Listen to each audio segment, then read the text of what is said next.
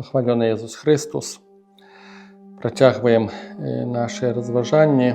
Евангелие ад Матвея, 10 раздзел. І ўвогуле гэты 10 раздзел, ён датычыць апостолаў і наказу месійнага, который дае Христос ім. Это асаблівае заданне, которое яны павінны выканаць.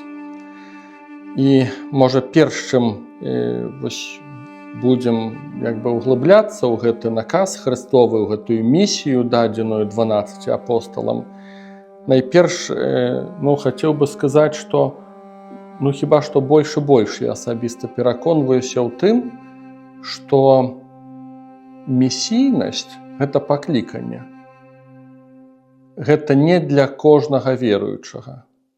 З аднаго боку, мы ўсе павінны быць сведкамі Хрыста, мы ўсе павінны ўмець расказаць пра Яго, даць сведчанне іншым людзям, быць адкрытым на кантакт з іншымі людзьмі. З аднаго боку, это пакліканне кожнага з нас, хрысціянаў, а з іншага боку, такая ўжо канкрэтная місійная паслуга – гэта не ўсе.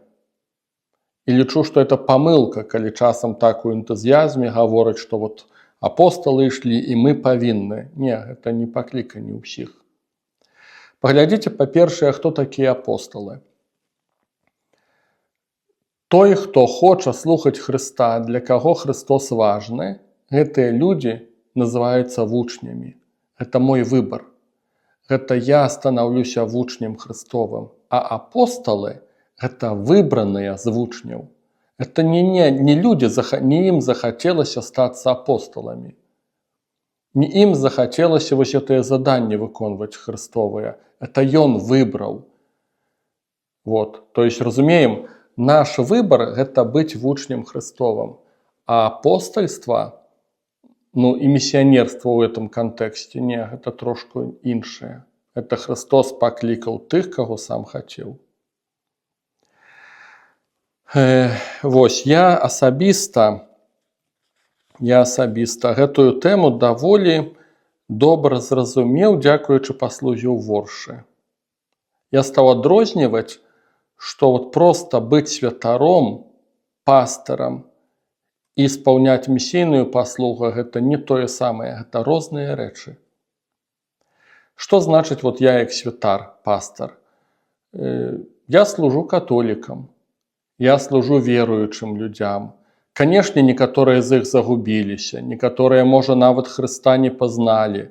І часам табе прыходзіцца тлумачыць, здавалася б, элементарнае. Пачынаеш з нуля. І тым не менш, гэта не місійная паслуга. У нейкім далёкім сэнсе, магчыма. Але ты не лётаеш за людзьмі, ты не цягнеш іх за руку, не пераконваеш іх. Яны самі да цябе прыходзяць. І нават тыя, которые хочуць хрысціцца і абсалютна нічога не ведаюць, у выніку яны самі да цябе прыйшлі. Найчасцей так гэта выглядае. Калі ёсць тут элемент такой місійнасці, ён даволі такі аддалёны, сказаў бы так. Бо місійнасць, яна ў тым, і зрэшты, як пачуем, гэта ісці туды, там, дзе цябе не клікалі. Ісці туды, дзе цябе не запрашалі. Ісці да людзей, которые, магчыма, да цябе варожая настаўлена. Яны супраць цябе, яны не разумеюць, чаму ты да іх звяртаешся. Это місійнасць. А калі ты сядзіш у касцёле, вобразна назовём сядзіш, і там часам паяўляецца ў тваім жыцці нейкія людзі, которым трэба памагчы, бо яны там у грахах ці загубіліся, ці там не разбіраюцца ў нечым, дык яны ж самі прыходзяць. І таму гэта не місійнасць. Я ў воршы меў магчымасць дасведчыць місійнай паслугі, хаця б крыху, напрыклад, праз прыют і хоспіс. Таму што там не было католікаў. Я, калі пачынаў хадзіць у хоспіс, мне было складана, вельмі цяжка, таму што там цябе ніхто не чакае. Тое, што ты прыходзіш і гаворыш, што я каталіцкі святар, для людзей гэта не значыла абсалютна нішто. Я памятаю, што я вучыў нават фразы, я выдумваў сабе фразы, з чаго пачынаць размову з людзьмі. Таму што яны цябе не чакаюць. Табе яшчэ трэба даказаць, з якога перапуга ты тут з'явіўся. Я пачынаў, там, добрый дзень, там, мяне завуць так і так, отец Александр, да, я хацеў бы вам расказаць пра Хрыста. Хочаце? Напрыклад, такімі фразамі. Часам людзі казалі не. І ты ўсё разворачваешься. І гэта таксама важна. Табе сказалі не, і ты разворачваешься. У цябе няма крыўды, у цябе няма прэтэнзій, бо яны маюць права цябе не слухаць. Яны цябе не клікалі сюды, ты сам ідзеш. Вот у чым місійнасць. І падобная рэч была у прыюце. Таксама я ішоў, і трэба было даказваць тым дзецям і выхаваўцам там у прыюце, хто там працаваў, трэба было даказваць, тлумачыць, чаму ты раптам хочаш сюды хадзіць. І гэта была для мяне ўжо больш такая паслуга місійная.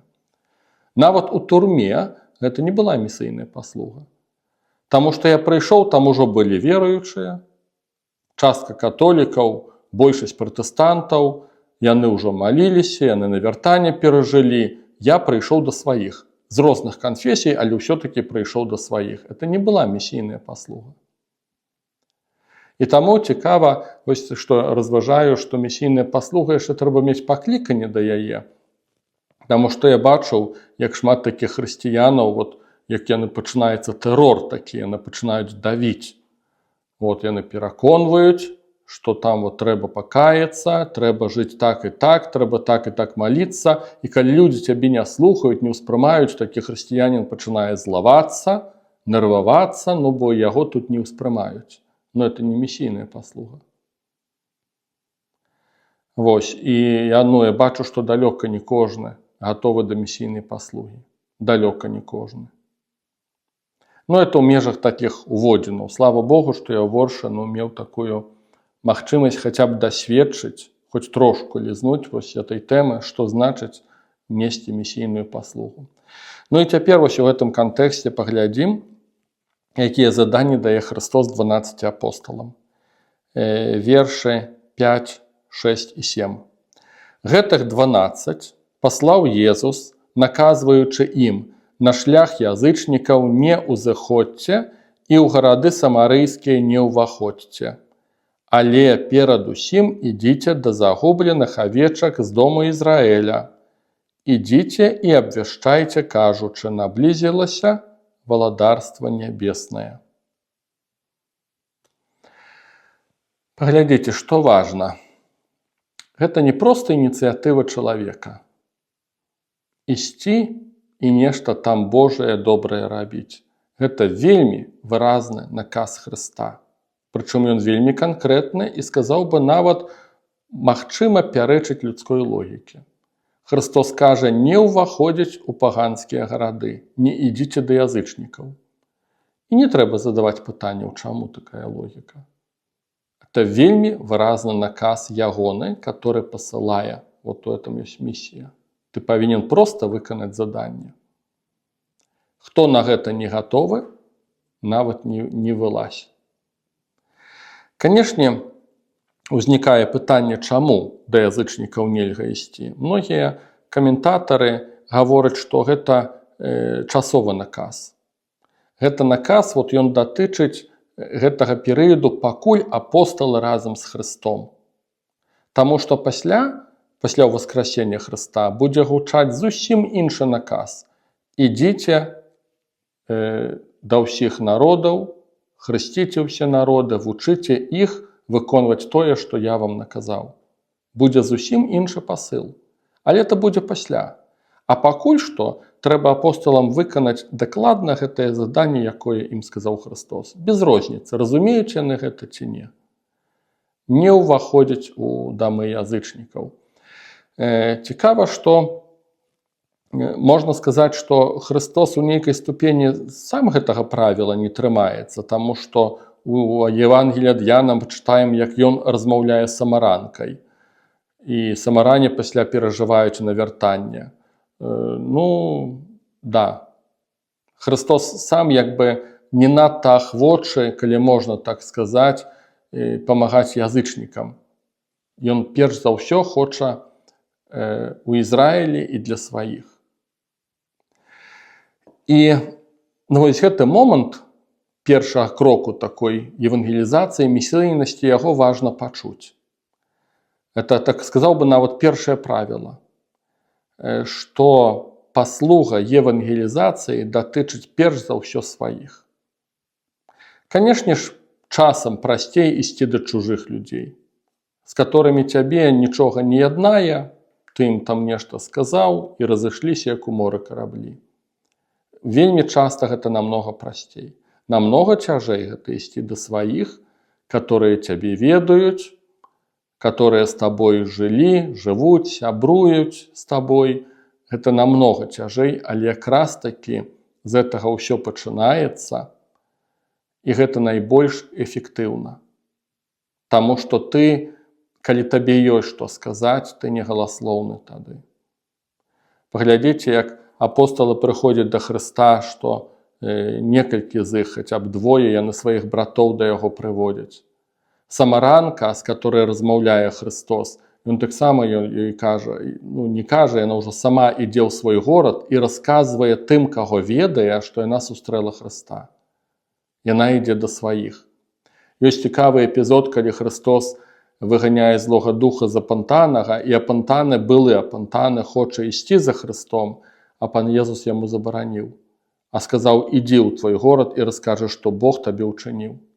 То есть у паслугі такой місійнай, евангелізацыйнай першае заданне – это ісці да сваіх, як бы сумна гэта не гучала.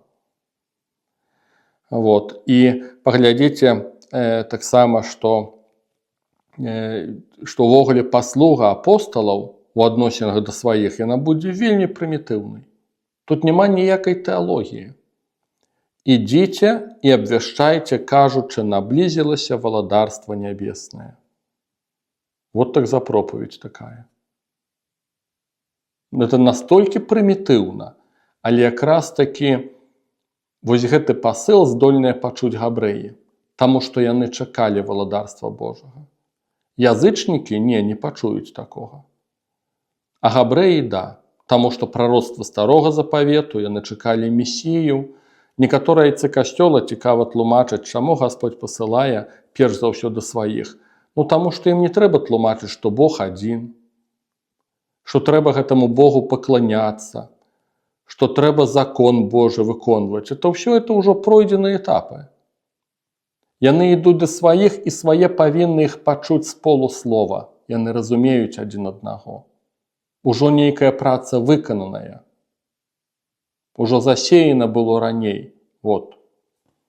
Такая педагогіка Христовая, і варта на это звярнуць увагу.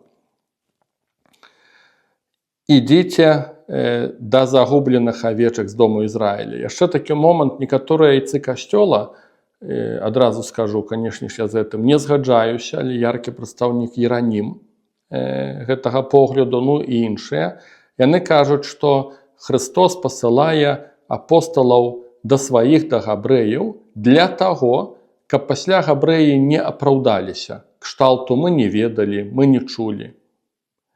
Але трэба сказаць, што я не згаджаюся з гэтымі думкамі, таму што для перыяду айцоў касцёла, для ранняга хрысціянства быў вельмі характэрны антаганізм з габрэямі. Там цацы былі добрыя ўсе. Габрэі шчамілі хрысціянаў, і мы чытаем у дзеях апостальскіх, што нават забівалі, таму што лічылі іх здраднікамі веры. Это ж першыя хрысціяне, это ж габрэі былі, которые здрадзілі сваім традыцыям, прынцыпам, выходзіць так, па-светску гледзячы. Таму габрэі шчамілі хрысціянаў. У сваю чаргу хрысціяне, як толькі іх стала болей, і асабліва, калі ўжо свецкая ўлада была, хрысціянскай, назовем это так, у Рымскай імперыі, то хрысціяне помсцілі габрэям і за тое, што пана Езуса ўкрыжавалі, і за тое, што ганенні былі некалі габрэйскія, і яшчэ не супраць былі пазабіраць проста будынкі сінагогаў. І гэтыя будынкі альбо забіралі, альбо проста нішчылі. І, на жаль, некаторыя айцы касцёла ў гэтых пагромах удзельнічалі. І таму гэта такі сумны вядомы факт гэтых ранніх вякоў антаганізма. І айцы касцёла габрэяў, мякка кажучы, не любілі.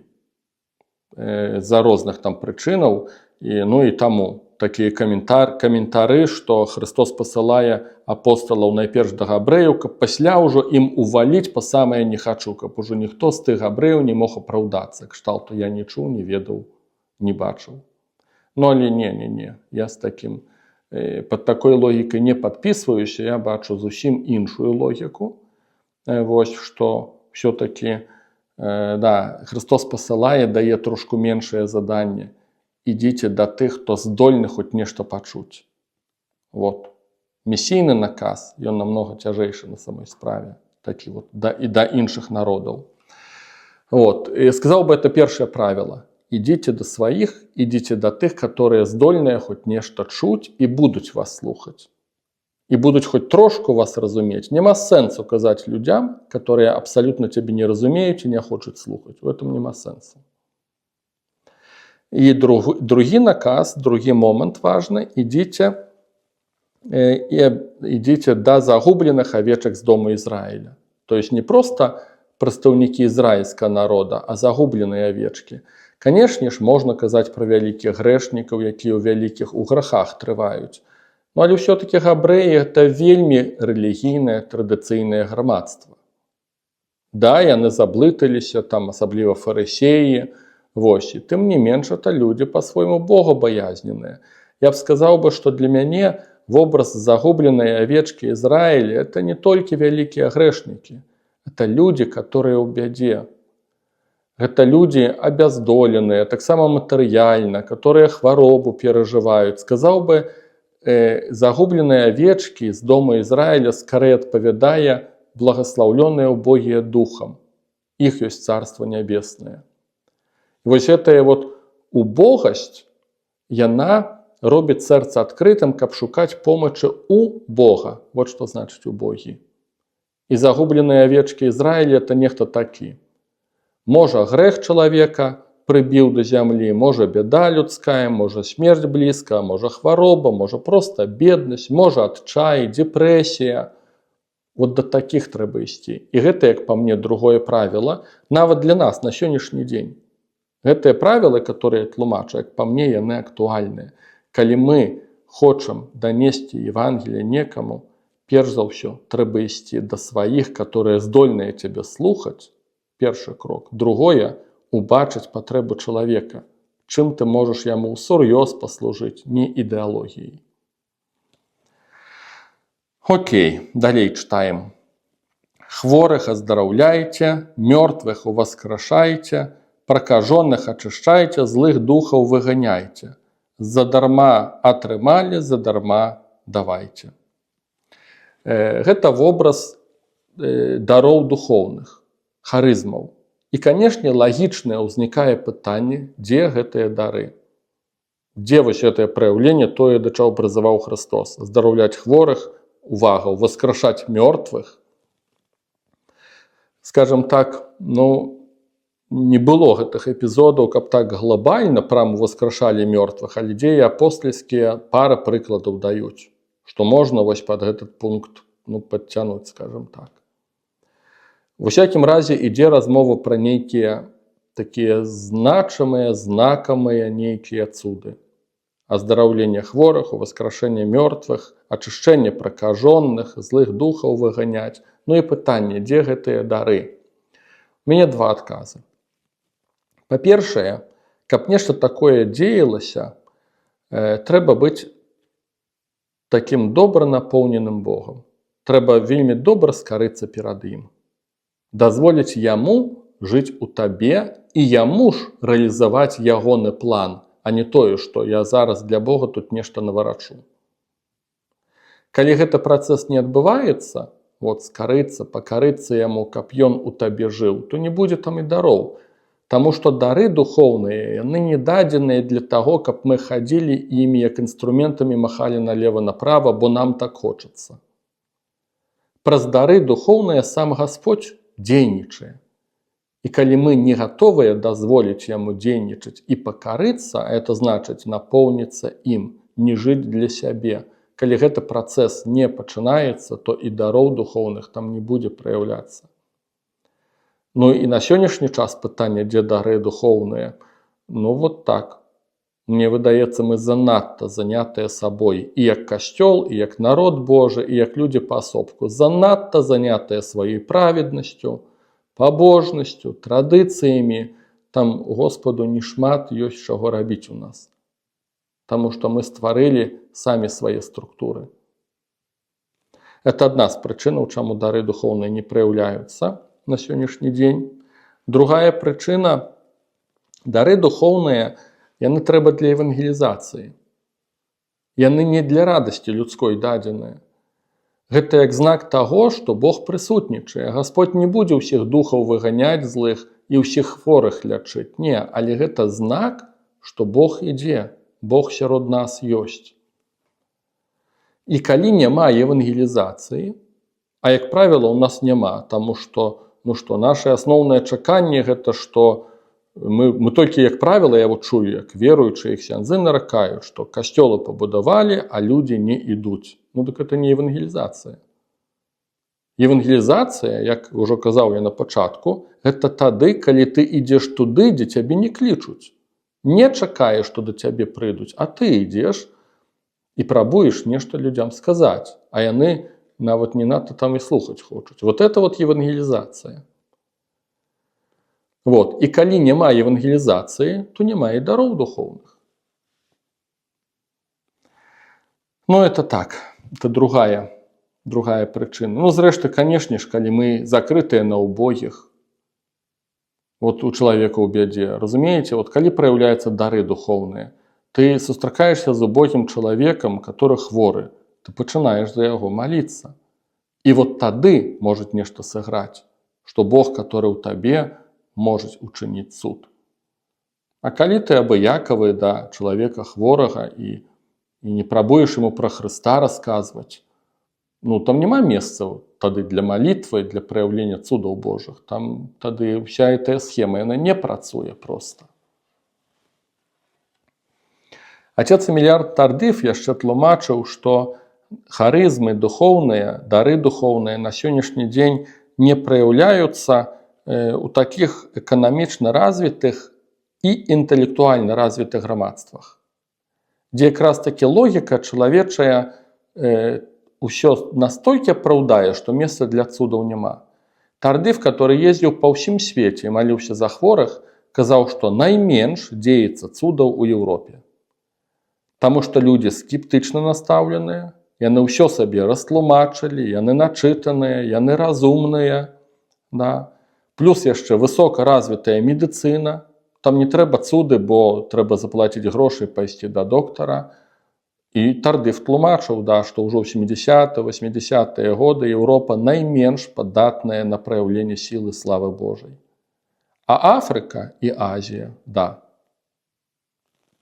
таксама адна з прычынаў.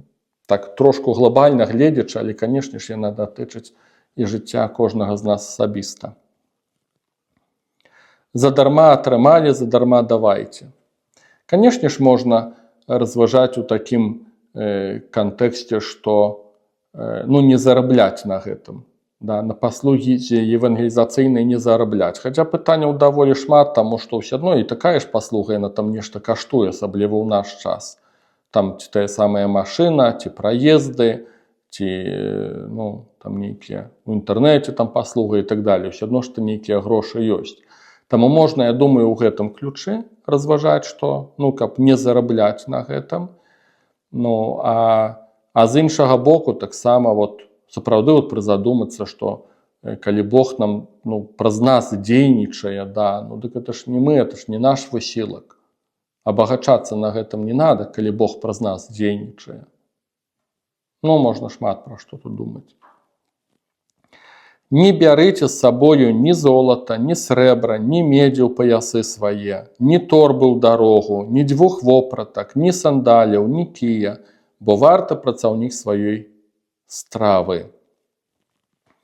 Для многіх каментатараў яйцо касцёла вось этот момант, наказ Хрыстовы, нічога з сабой не браць, прызыў да такой беднасці, ён стаўся вельмі сур'ёзным выпрабаваннем. Таму што задалі пытанне, гэтае слова ўспрымаць трэба глобальна на ўсё жыццё, Ці это датычыла вось гэтых вот 12 апосталаў, которым забаронена было нават уваходзіць у самарыйскія гарады. І ёсць розныя версіі, і розныя і святыя, і айцы касцёла абсалютна па-рознаму это ўсё ўспрымалі. Нехта ўспрымаў даслоўна. Ну і, канешне, сутыкнуліся з агромнай праблемай, асабліва, калі пайшлі евангелізаваць сённяшнюю поўнач Еўропы, дзе халады, маразы і так далей, і наказ не браць 2 вопратак, это аказаўся такой утопіяй. Я, канешне, не спецыяліст у гісторыі святого Францішка, няхай там браты францішкане мяне паправяць, але вычытаў, што у святого Францішка некалькі рэгулаў было, і вось да гэтага наказу ён па-рознаму адносіўся. Спачатку ён даслоўна яго ўспрымаў, што вот сапраўды не трэба браць там нават сандаляў з сабой. Пасля ўжо ў папраўленай рэгуле, папраўленых правілах для францішканцах, усё-такі Францішак дае палёгку, што не, усё-такі трэба неяк там апранацца і так далей, і так далей. Вось, думаю, што самае вернае, канешне, гэты тэкст успрымаць, што ён усё-такі ён больш датычыў тых 12 апосталаў, которые павінны былі хадзіць недалёка ў бліжэйшых ваколіцах. І назовём это так, вяртацца на базу. То есть яны недзе жылі разам. Магчыма, ў Капернауме, магчыма, ў доме Петра, это адна з версіяў.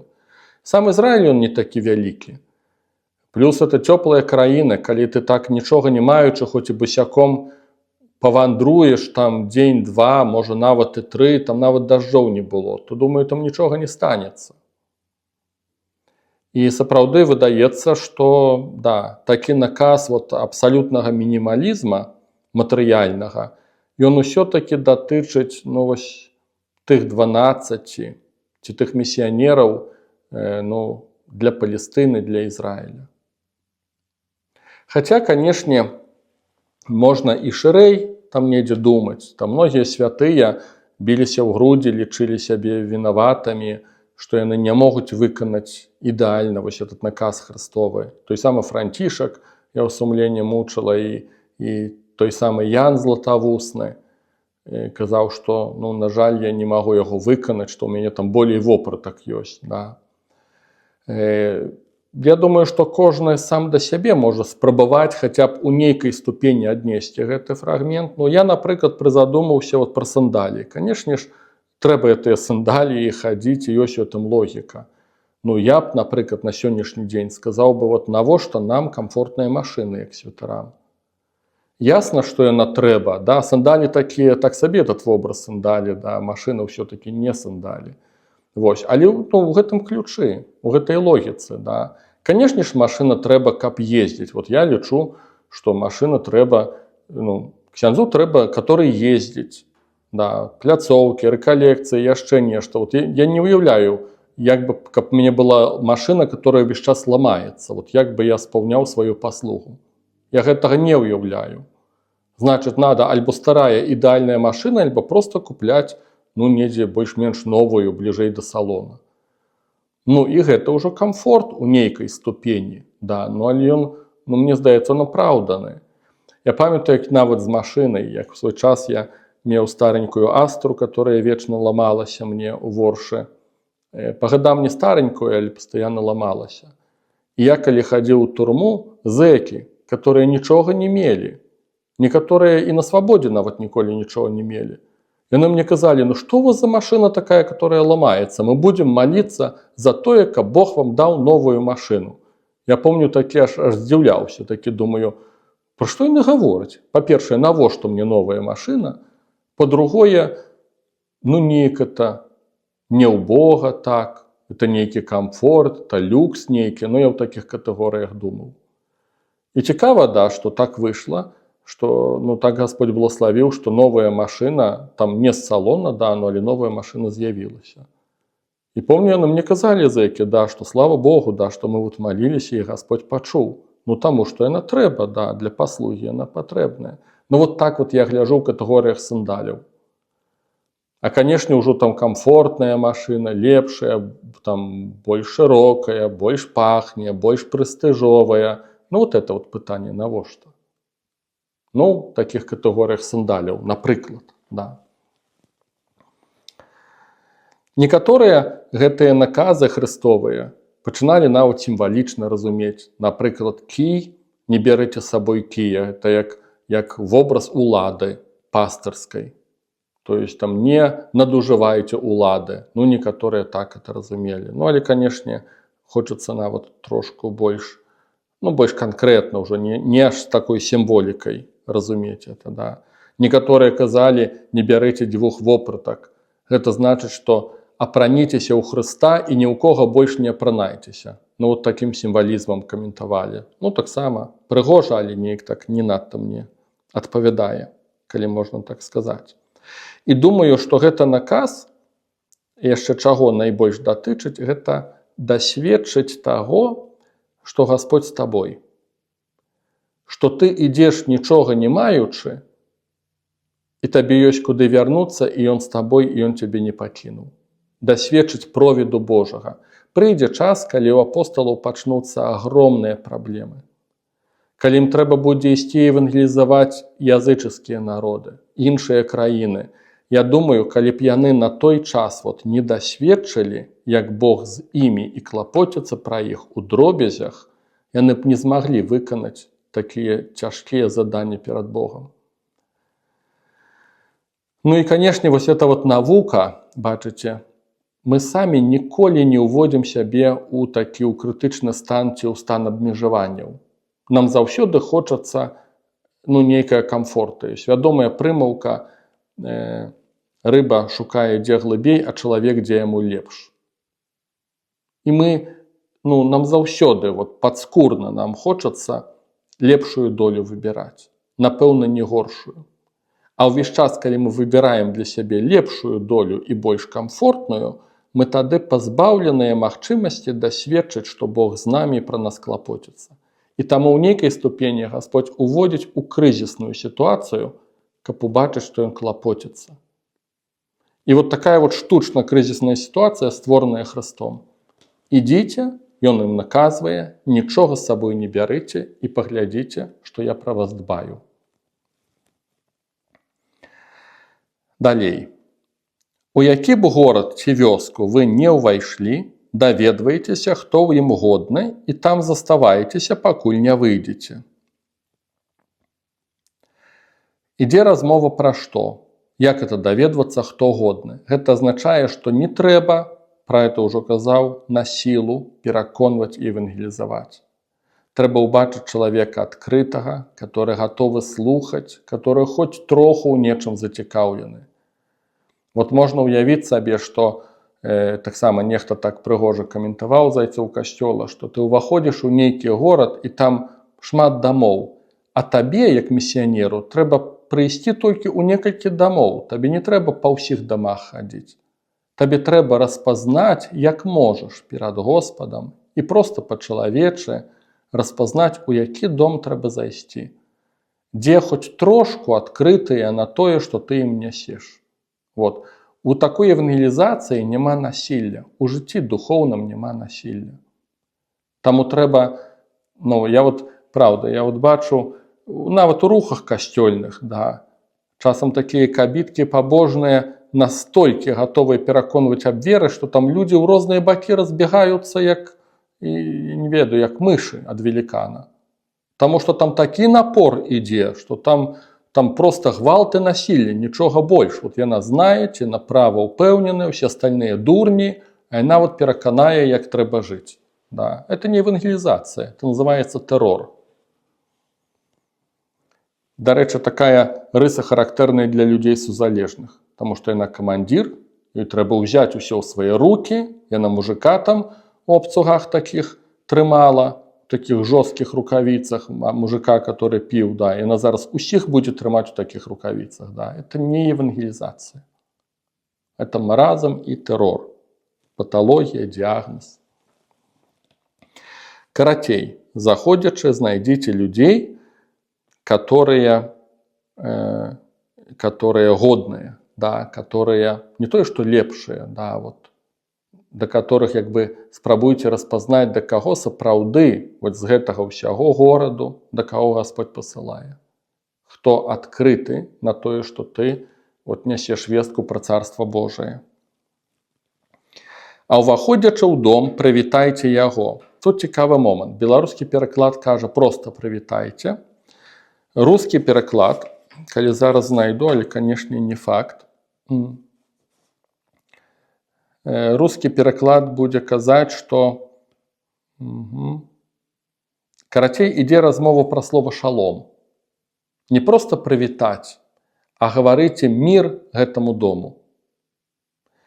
І гэтае слова шалом, яно даслоўна азначае мір. Але гэтым словам віталіся габрэі. Вот падобна, як мы кажам, там, добрый дзень. Это значит, жадаем адзін аднаму, каб дзень быў добры. Там, альбо нехта кажа, там, здравствуйте, здравия жадаем. Габрэі вот так вот віталіся і казалі шалом.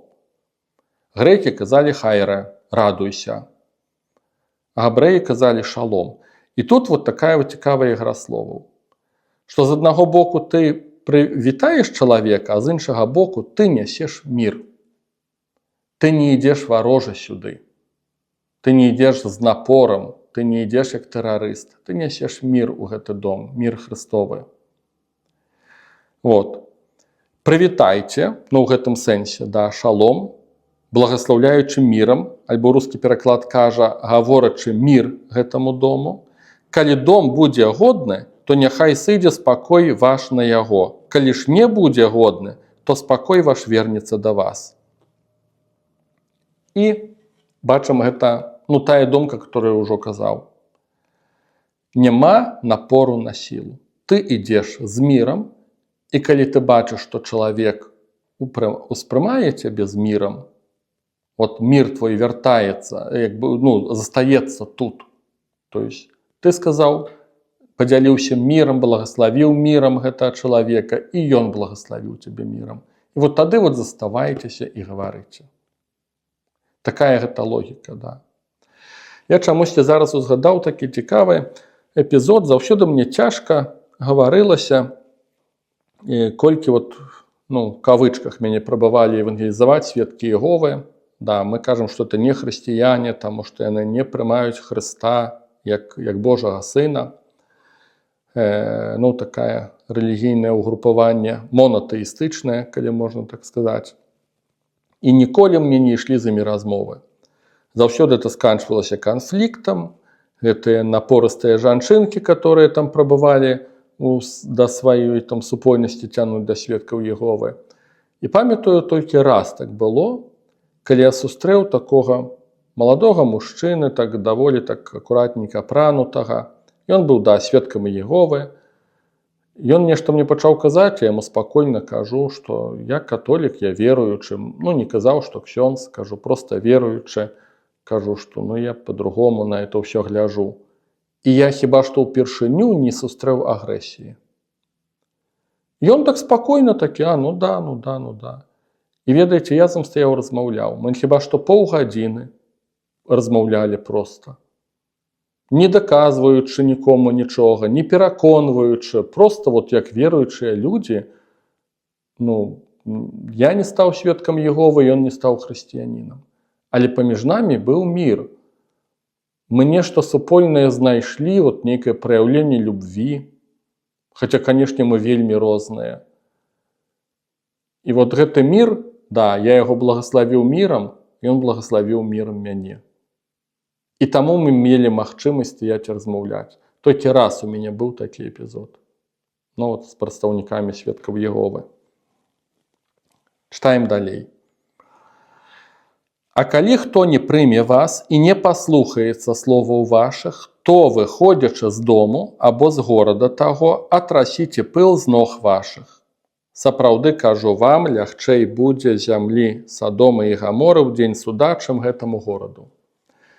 Як па мне, эпізод вельмі цяжкі, таму што я знайшоў у Новым Запавеце толькі два выпадкі, і гэта было звязана з апосталам Паўлам і, здаецца, у адным выпадку з Барнабай, ягоным памочнікам, дзе траслі пыл з ног. Габрэі, так тлумачаць айцы касцёла, калі вярталіся ў святую зямлю з чужых краінаў, а это былі паганскія краіны, яны, вяртаючыся ў святую зямлю, яны здымалі сандалі і абтарсалі пыл. Каб пыл язычнікаў не перанесці на святую зямлю, выбраную Богам. І гэта евангеліст Марк, который, таксама падобна дае наказ місійны Христовы, ён кажа: страсіце пыл на сведчанне ім. Гэта значыць, што гэты жэст страсання пылу могуць зразумець толькі габрэі. У адносінах да язычнікаў няма ніякага сэнсу яго рабіць. Мяне здзівіла такая рэч, што, па-першае, я нават не ўяўляю, як это можна рабіць на сённяшні дзень. Просто ў галаве нават не ўкладваецца. Таму і тлумачу, што гэта знак хіба што для габрэяў. Яны зразумеюць, пра што ідзе размова з гэтым пылам. І кажу, па-другое, не бачна, каб аж так масава это рабілі апосталы. На ўсё святое пісанне толькі 2 разы гэта зрабіў апостал Павел і ў адносінах да габрэяў, выключна ў адносінах да габрэяў. Христос ні разу такога не зрабіў. Таму для мяне этот момант страсання пылу, калі быць верным вучэнню Хрыста, задаеш пытанне, як это, ці ёсць у гэтым сэнс, ці это сапраўды толькі на той час апосталам было дадзена, бо яны нават да язычнікаў не ішлі, яны хадзілі толькі сярод сваіх. Ці это так надо комплексна гэта ўспрымаць. Я так трошку ўжо праз алегорыю, найбольш аддалёна каментуючы гэты тэкст, каб для нас так неяк рэальна было, я яшчэ так прабую суаднесці да сябе і прабую тлумачыць так, што ёсць такія сітуацыі, калі ты бачыш, што цябе не прынялі, і табе трэба паказаць чалавеку, што, в прынцыпе, не то, што мы ворагамі расстаемся, але што нас немногае яднае. Не заўсёды трэба дбаць пра... Христос прызывае, каб мы былі міратворцамі. Тут не ідзе гаворка пра варожасць. І тым не менш, ёсць такія эпізоды, можа не ў кожнай сустрэчы, канешне, такое будзе, але ёсць такія эпізоды, калі трэба выразна чалавеку сказаць: «Моя твоя не панімаць, мы у адным чаўне разам не паплывём, нашыя дарогі разыходзяцца». Ёсць такія моманты, калі трэба сказаць.